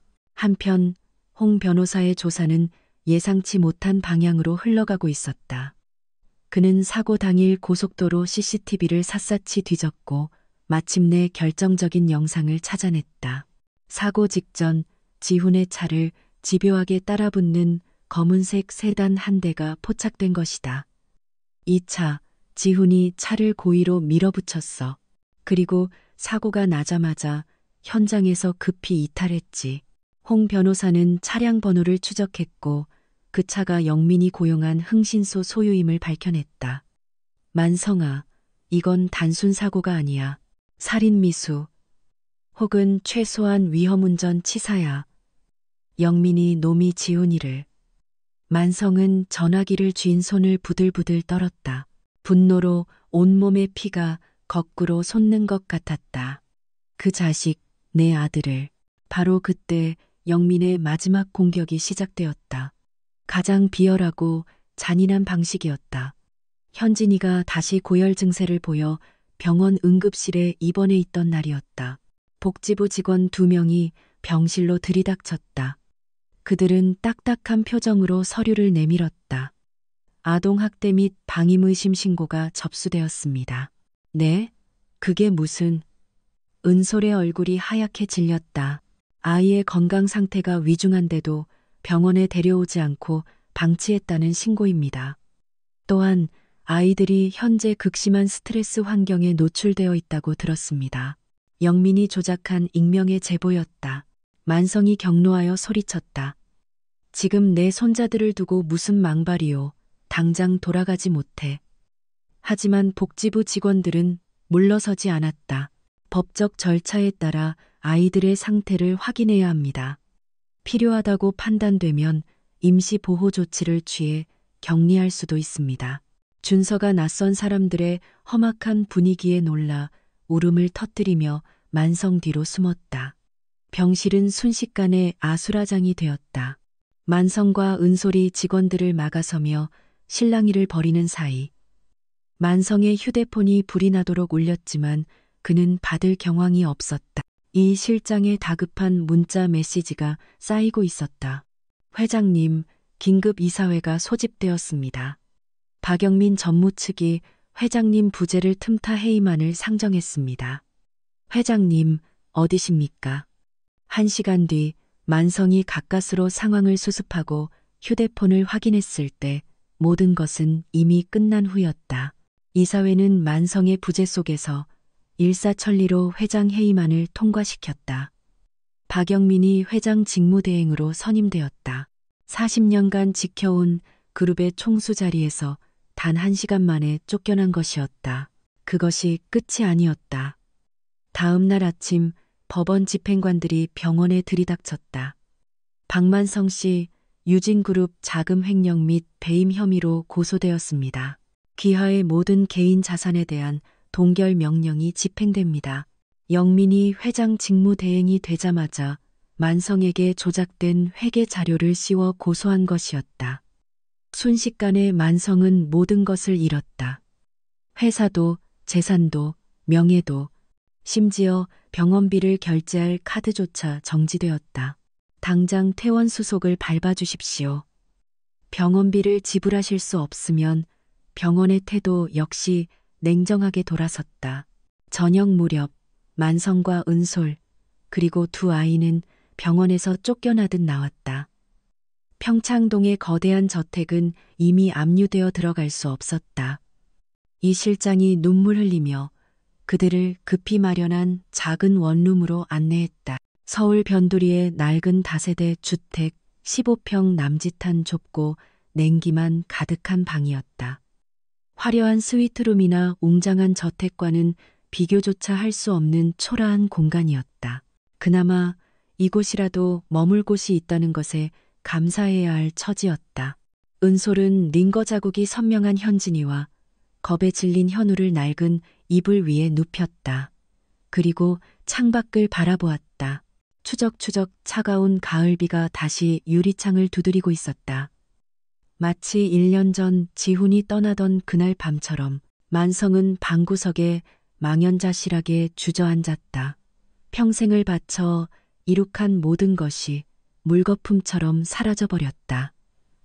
그는 주머니에서 지훈의 사진을 꺼냈다. 지훈아, 이 아비가 또다시 너희를 지키지 못했구나. 차가운 방바닥에서 늙은 회장의 등이 절망으로 떨리고 있었다. 모든 것을 잃은 그들에게 남은 것은 아무것도 없는 듯했다. 하지만 그들은 아직 몰랐다. 지훈이 남긴 진짜 마지막 선물이 아직 어딘가에 남아있다는 것을. 원룸의 차가운 새벽 3시, 박만성은 뜬 눈으로 밤을 지새우고 창가에 멍하니 앉아 있었다. 얇은 유리창 너머로 도시의 소음이 희미하게 들려왔다. 차가운 바닥에서 올라오는 한기가 늙은 그의 뼈마디를 시리게 했지만 마음의 고통에 비하면 아무것도 아니었다. 방 한쪽에서는 은솔이 두 아이를 품에 안고 좁은 이불을 덮은 채 잠들어 있었다. 한때 대한민국 재계를 호령하던 재벌 총수와 그의 며느리 그리고 후계자가 될 손자들이 이토록 초라한 단칸방에 모여있는 모습은 처량하다 못해 비현실적이었다. 만성은 주머니에서 지훈의 낡은 사진을 꺼냈다. 어린 시절 야구장에서 환하게 웃고 있던 아들의 모습. 그때는 왜 그 웃음이 얼마나 소중한 것이었는지 미처 알지 못했을까. 만성의 눈에서 뜨거운 눈물이 뺨을 타고 흘러내렸다. 평생 단 한 번도 약한 모습을 보이지 않았던 그였지만 이제는 멈출 수가 없었다. 그때 현우가 뒤척이다 잠에서 깨어 만성에게 다가왔다. 작은 고사리 손이 할아버지의 젖은 뺨을 조심스럽게 닦아주었다. 할아버지, 슬퍼요? 울어요? 아니다. 괜찮다. 현우야. 만성은 현우를 끌어안았다. 아이의 작고 따뜻한 체온이 얼어붙었던 그의 심장을 녹여주는 것만 같았다. 현우가 할아버지의 품에 파고들며 속삭였다. 엄마가 그랬어요. 울면 하늘에 있는 아빠가 속상해서 같이 운대요. 만성은 현우를 더욱 세게 껴안았다.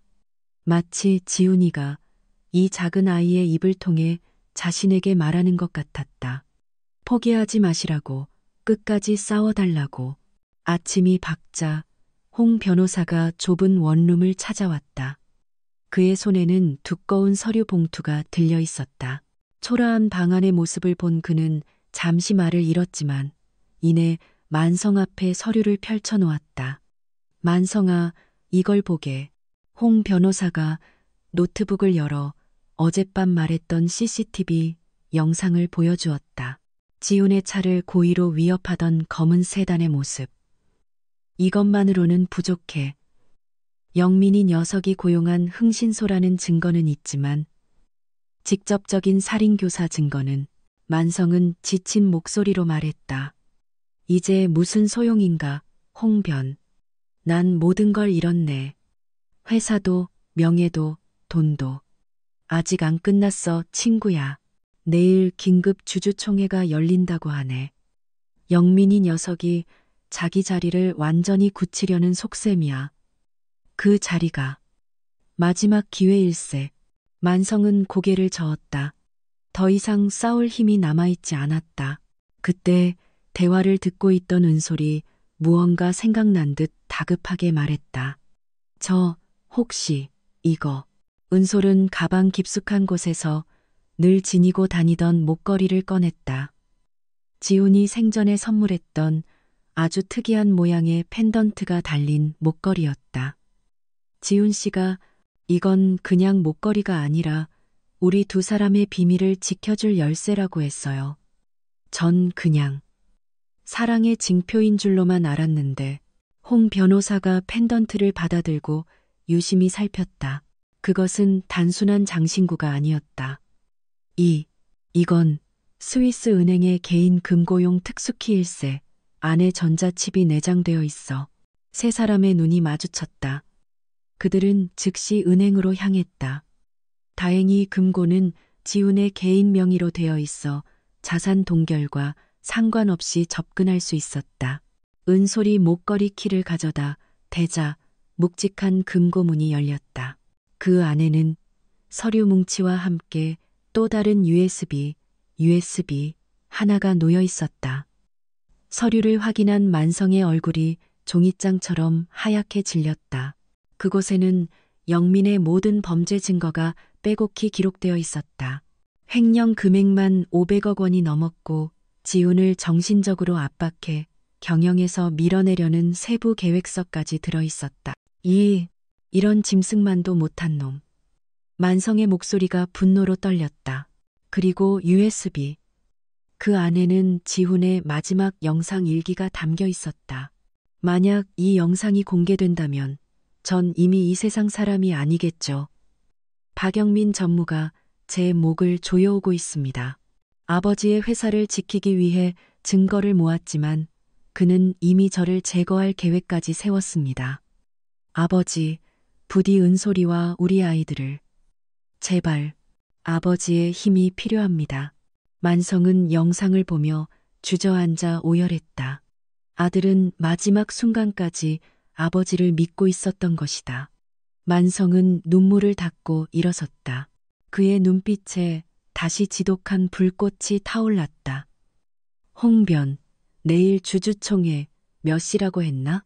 주주총회 당일 아침 6시. 만성은 거울 앞에 섰다. 며칠 사이 폭삭 늙어버린 수척한 얼굴이 보였지만 눈빛만은 형형하게 살아있었다. 그는 이 실장이 몰래 가져다 준 단 하나 남은 정장을 입었다. 오랜만에 입는 정장이 마치 전사의 갑옷처럼 느껴졌다. 은솔이 다가와 그의 넥타이를 매주었다. 그녀의 손이 미세하게 떨리고 있었지만 표정은 그 누구보다 담담했다. 아버님, 저도 함께 가겠습니다. 위험할 수 있어. 알아요. 하지만 지훈 씨라면 그랬을 거예요. 마지막 순간까지 아버님 곁을 지켰을 거예요. 만성은 은솔의 결연한 눈빛을 보며 말없이 고개를 끄덕였다. 그들은 아이들을 선희에게 맡기고 마지막 전쟁터인 유진그룹 본사로 향했다. 본사 앞은 이미 수백 명의 기자들로 가득했다. 해임된 전 회장이 주주총회에 나타난다는 소식이 퍼진 것이다. 만성이 차에서 내리자 수백 개의 카메라 플래시가 동시에 터졌다. 질문이 폭포수처럼 쏟아졌지만 만성은 한마디도 하지 않고 묵묵히 걸었다. 대회장 입구에서 영민이 고용한 경비원들이 그들을 막아섰다. 해임된 분은 주주 자격이라도 들어갈 수 없습니다. 바로 그때 뒤에서 묵직한 목소리가 들렸다. 이분은 저의 손님입니다. 미국계 투자펀드의 대표 데이비들이었다. 유진그룹의 최대 주주 중 한 명이었다. 최대 주주의 권한으로 박만성 주주님의 입장을 허가합니다. 경비원들이 당황하며 길을 비켜섰다. 만성은 데이비드리에게 감사의 눈빛을 보냈다. 데이비드가 그에게 낮게 속삭였다. 박지훈 씨를 기억합니다. 그를 위해서라도 진실은 밝혀져야 합니다. 회의장 안으로 들어서자 모든 주주들의 시선이 만성에게 쏠렸다. 단상에는 회장 직무대행이 된 박영민이 자신만만한 표정으로 앉아 있었다. 주주들은 불안한 표정으로 수군거렸다. 만성이 마이크 앞에 섰다. 회의장이 순간 조용해졌다. 그는 깊은 숨을 들이마시고 말을 시작했다. 주주 여러분, 저는 오늘 유진그룹의 추악한 진실을 밝히기 위해 이 자리에 섰습니다. 영민이 벌떡 일어나 소리쳤다. 당신은 이미 해임된 사람이야. 발언권 따윈 없어. 경비원들, 저 노인을 당장 끌어내. 하지만 만성은 아랑곳하지 않고 금고에서 가져온 USB를 꺼내 들었다. 이것은 제 아들 고박지훈이 죽기 전에 목숨 걸고 남긴 증거입니다. 박영민의 모든 범죄를 낱낱이 기록한 것입니다. 대형 화면에 영상이 재생되기 시작했다.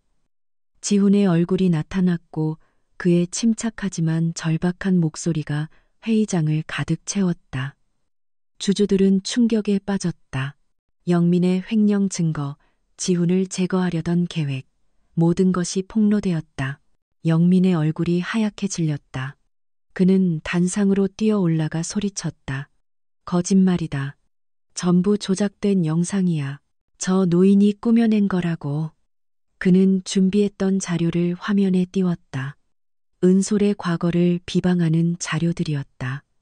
저 여자가 돈을 노리고 이 모든 것을 꾸민 거야. 그때 은솔이 일어섰다. 그녀의 목소리는 떨렸지만 그 어떤 소리보다 분명하게 울려 퍼졌다. 네, 저는 가난했습니다. 가진 것이 아무것도 없었습니다. 하지만 저는 지훈 씨를 진심으로 사랑했습니다. 그리고 그분도 저를 사랑했어요. 은솔은 지훈이 남긴 약혼 반지를 손에 들어 보였다. 그리고 유언장을 꺼내 들었다.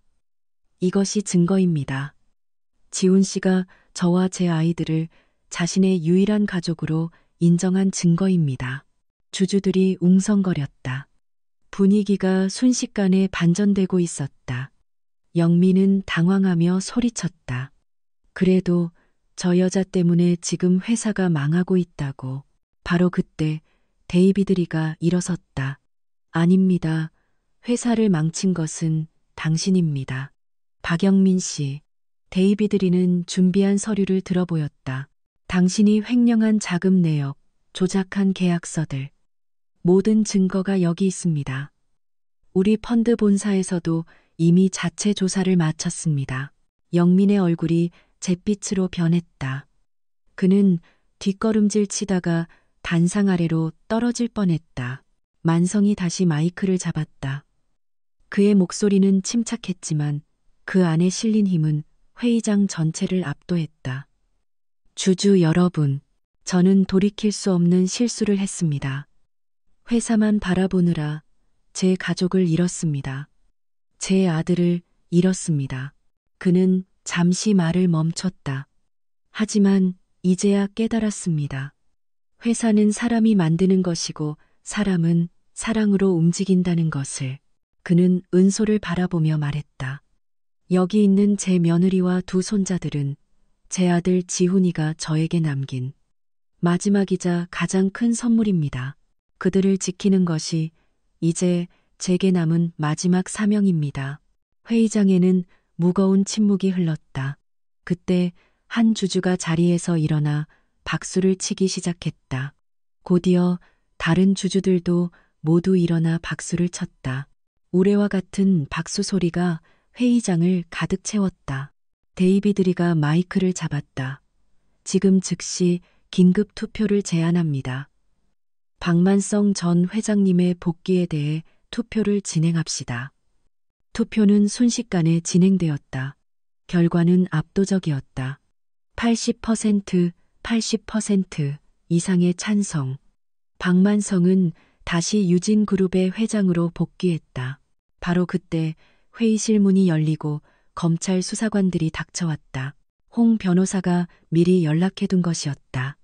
박영민 씨, 특정경제범죄 가중처벌법상 횡령 및 배임, 살인교사, 미수 혐의로 당신을 긴급 체포합니다. 영민은 발버둥 쳤지만 소용없었다. 그는 차가운 수갑이 채워진 채 끌려나가며 마지막까지 악을 썼다. 이게 끝이 아니야. 두고 봐. 이게 끝이 아니라고. 그의 시대는 그렇게 완전히 끝났다. 만성은 단상에서 내려와 은솔에게 다가갔다. 두 사람은 아무 말 없이 서로를 바라보며 희미하게 미소 지었다. 이제 정말 시작이오. 네, 아버님. 회의가 끝난 후 만성과 은솔은 수많은 기자들 앞에 섰다. 이번에는 도망치거나 숨지 않았다. 당당하게 모든 질문에 답했다. 앞으로 유진그룹은 완전히 달라질 것입니다. 이익만을 추구하는 냉혹한 기업이 아니라 사람을 먼저 생각하는 따뜻한 기업이 될 것입니다. 한 기자가 조심스럽게 물었다. 그럼 후계자는 누가 되는 것입니까? 만성은 환하게 미소를 지었다. 여기 있는 제 손자 현우와 현진이가 될 수도 있겠죠. 하지만 아이들이 성장하면 그들 스스로가 자신의 길을 결정할 것입니다.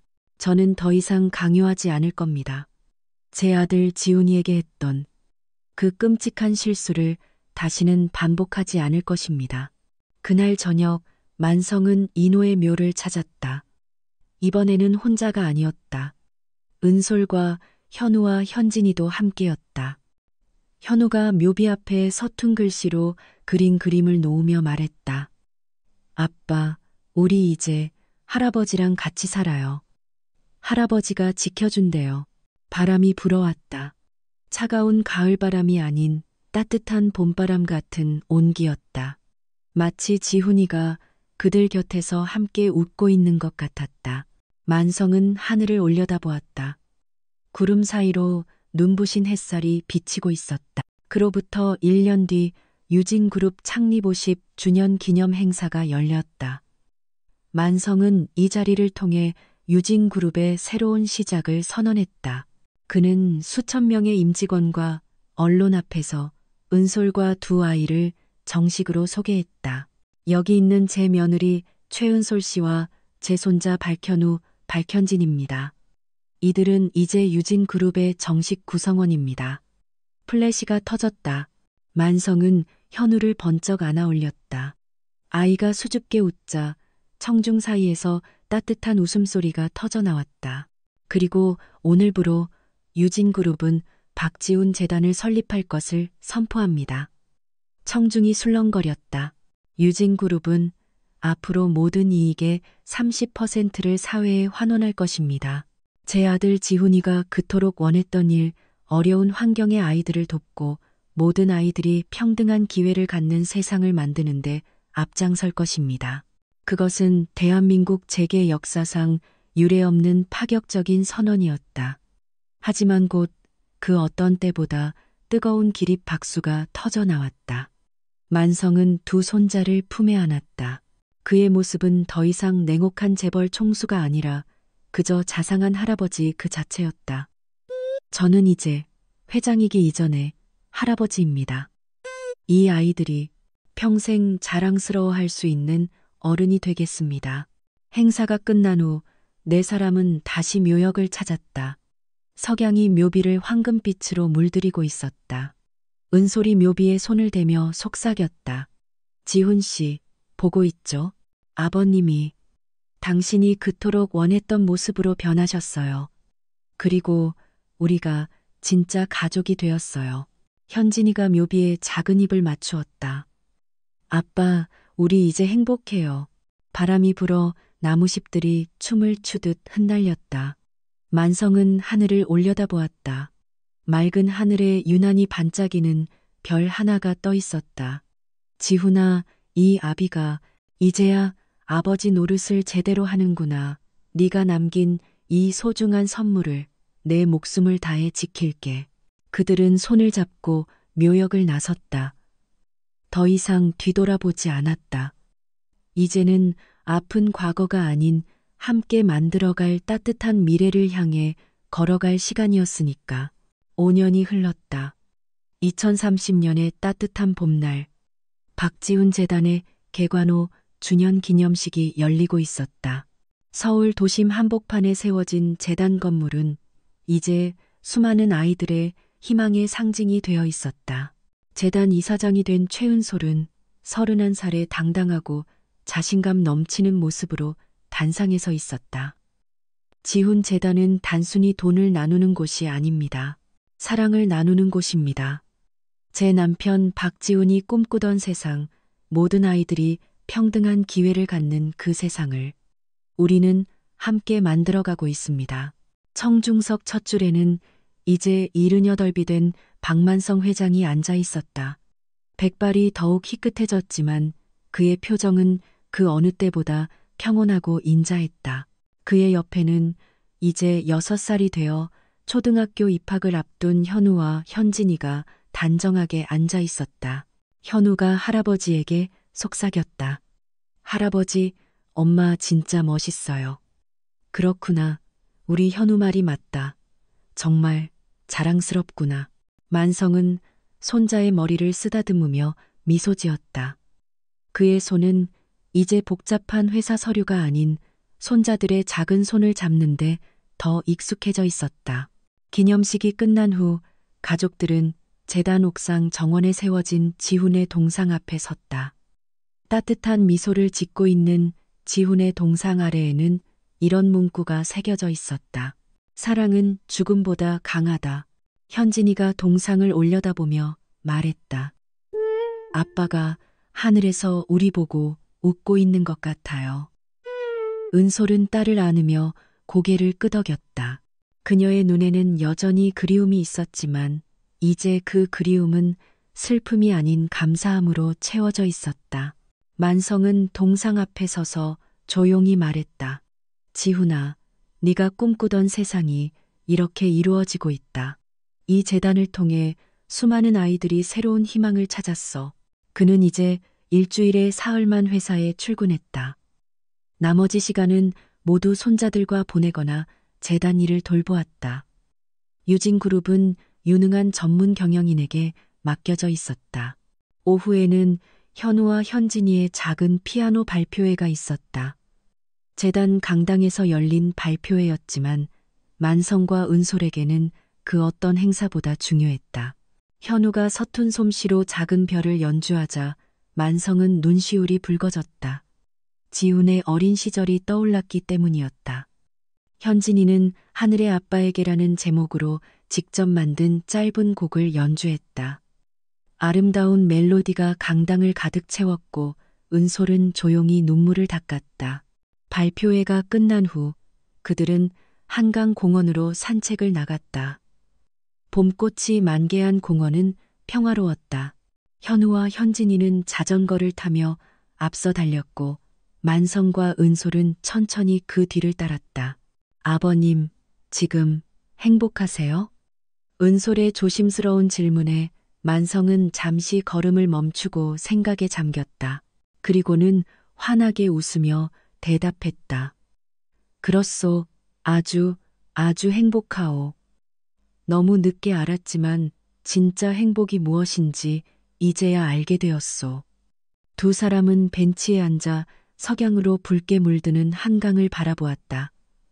만성이 말했다. 지훈이가 살아 있었다면 이런 풍경을 함께 봤을 텐데. 지훈 씨는 늘 우리와 함께 있어요. 아버님, 저 아이들의 웃음소리 속에, 그리고 재단을 통해 도움받는 수많은 사람들의 감사 속에. 언제나요. 은솔의 말에 만성은 조용히 고개를 끄덕였다. 그녀의 말이 맞았다. 지훈은 비록 떠났지만 그가 남긴 사랑은 이렇게 계속 살아 숨쉬고 있었다. 저녁 식사는 평창동 저택에서 이제는 한국에 정착한 누나 선희와 함께했다. 오빠, 정말 많이 변했어. 옛날에 그 무섭던 오빠는 어디 가고 이렇게 물렁한 할아버지만 남았네. 늦었지만 깨달았지. 가족보다 소중한 건 없다는 걸. 식사 후 현우와 현진이가 할아버지에게 그림 한 장을 선물했다. 온 가족이 환하게 웃고 있는 그림이었는데 하늘에는 유난히 크고 밝은 별 하나가 그려져 있었다. 이 별은 아빠예요. 아빠가 하늘에서 우리를 지켜주고 있는 거예요. 현진이의 설명에 만성은 두 아이를 힘껏 껴안았다. 그의 품은 이제 세상 그 무엇보다 따뜻했다. 밤 10시 아이들이 잠든 후 만성은 혼자 서재로 갔다. 그곳에는 지훈의 사진들이 가득했다. 만성은 지훈의 마지막 사진을 바라보며 나지막이 말했다. 지훈아, 아버지가 약속을 지켰다. 네가 남긴 소중한 가족들을 내가 지켜냈어. 그리고 네가 꿈꾸던 세상을 우리가 함께 만들어가고 있다. 창밖으로 수많은 별이 빛나고 있었다. 그중 유난히 밝은 별 하나가 마치 아들의 대답처럼 반짝이는 것 같았다. 만성은 평온한 미소를 지었다. 은솔이 따뜻한 차를 들고 들어왔다. 아버님, 내일 현우랑 현진이 초등학교 입학식이에요. 같이 가주실 거죠? 물론이지. 내가 세상에서 제일 중요한 약속인데 그걸 놓칠 수 있나. 두 사람은 차를 마시며 다가올 내일을 이야기했다. 비록 지우는 곁에 없지만 그들은 여전히 완벽한 가족이었고 함께 행복한 미래를 만들어가고 있었다. 만성은 이제야 깨달았다. 사랑은 때로는 아프고 때로는 혹독한 시련을 주지만 결국 그 모든 것을 이겨낸다는 것을. 그것이야말로 아들 지훈이가 그에게 남긴 가장 위대한 유산이었다. 오늘 이야기 어떠셨나요? 차가운 재벌 회장이었던 박만성은 아들을 잃고 모든 것을 잃는 절망 속에서야 비로소 진정한 가족의 의미와 사랑의 가치를 깨달았습니다. 성공과 명예를 쫓느라 놓쳤던 아들과의 시간. 그 뼈아픈 후회는 무엇으로도 되돌릴 수 없었죠. 하지만 지훈이 남긴 마지막 선물, 은솔과 쌍둥이를 통해 그는 두 번째 기회를 얻었습니다. 용서하고 사랑하고 진정한 할아버지로 다시 태어날 기회를 말입니다. 우리 인생도 어쩌면 마찬가지 아닐까요? 살다 보면 일과 성공이라는 목표에 매달리느라 정작 가장 소중한 사람들, 곁에 있는 가족을 뒷전으로 미룰 때가 많습니다. 나중에, 다음에, 시간 나면이라고 미루다가 영영 그 기회를 놓치기도 하죠. 박만성 회장처럼 너무 늦기 전에 지금 곁에 있는 가족에게 따뜻한 말 한마디, 사랑한다는 표현을 해보는 것은 어떨까요? 특히 우리 시니어 세대는 감정 표현에 서툴렀던 시대를 살아왔습니다. 자식들에게 엄하기만 했던 아버지, 말없이 일로만 사랑을 표현했던 어머니. 하지만 지금이라도 늦지 않았습니다. 만성이 손자들을 통해 새로운 삶의 행복을 찾았듯이 우리도 언제든 다시 시작할 수 있습니다. 혹시 여러분도 가족과의 특별한 화해나 용서의 경험이 있으신가요? 또는 표현하지 못한 채 가슴에만 묻어둔 이야기가 있으신가요? 댓글로 여러분의 사연을 들려주세요. 여러분의 이야기가 또 다른 누군가에게 따뜻한 위로와 용기가 될 수 있습니다.